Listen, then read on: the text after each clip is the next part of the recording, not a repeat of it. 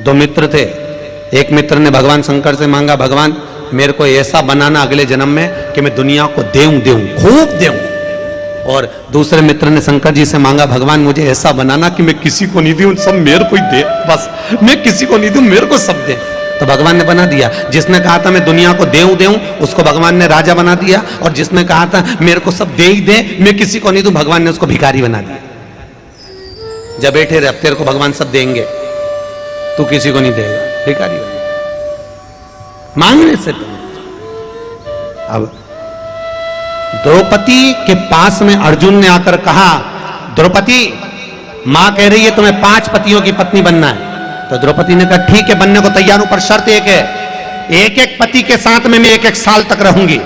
1 साल एक पति के साथ रहूंगी। उस पति के साथ में अगर मैं कमरे में हूं, उस समय पर कोई दूसरा पति उस कक्ष में नहीं आना चाहिए। अगर पति के कमरे में कोई दूसरा आ गया तो उसको 5 वर्ष तक के लिए बन जाना पड़ेगा।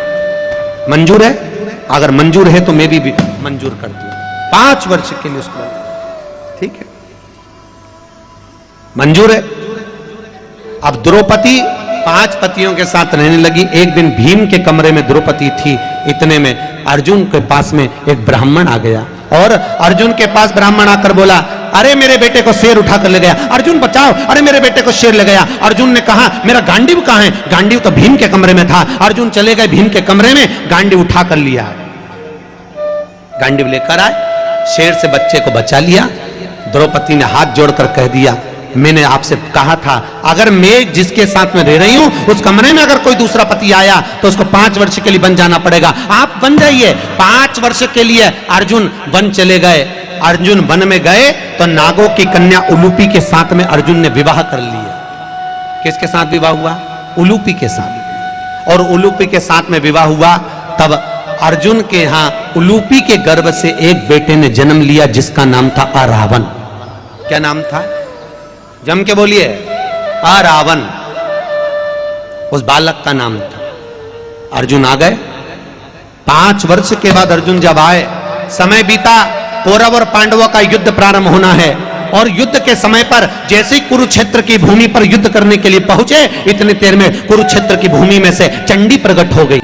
और चंडी ने प्रकट होकर कहा, देवी ने प्रकट होकर कहा, अरे अर्जुन, अरे दुर्योधन, सुनो, युद्ध का नियम है कि युद्ध के पहले युद्ध की भूमि को प्रसन्न करना पड़ेगा, चंडी को प्रसन्न करना पड़ेगा, इसलिए अपने परिवार में से किसी एक की बलि देना पड़ेगा। एक की बलि चाहिए। कौरव अपने परिवार में से एक किसी की बलि दे दे, और पांडव अपने परिवार में से एक किसी की बलि दे दे। देव बलि।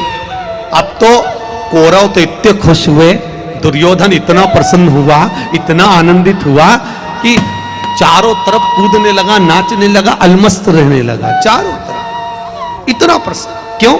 क्योंकि कौरव इसलिए प्रसन्न है क्योंकि हम तो 100 में से एक आध मर भी गया तो कितने बचे? अरे बोलो जम के बोलो, 99। एक आध चले, पर पांडव कितने? 5। अब इसमें से एक मर गया तो बचे कितने? 4। तो बड़े दुखी, और इनसे ज्यादा दुखी मेरे भगवान कृष्ण। कन्हैया को चिंता लग गई कि इन 5 में से एक मर गया तो 4 ही बचेंगे, करूं क्या? बलि किसकी दी जाए? किसको देवी के सम्मुख में भेजा जाए, चंडी के सामने प्रसन्न किया जाए? भेजूं किसको? किसको भेजा जाए?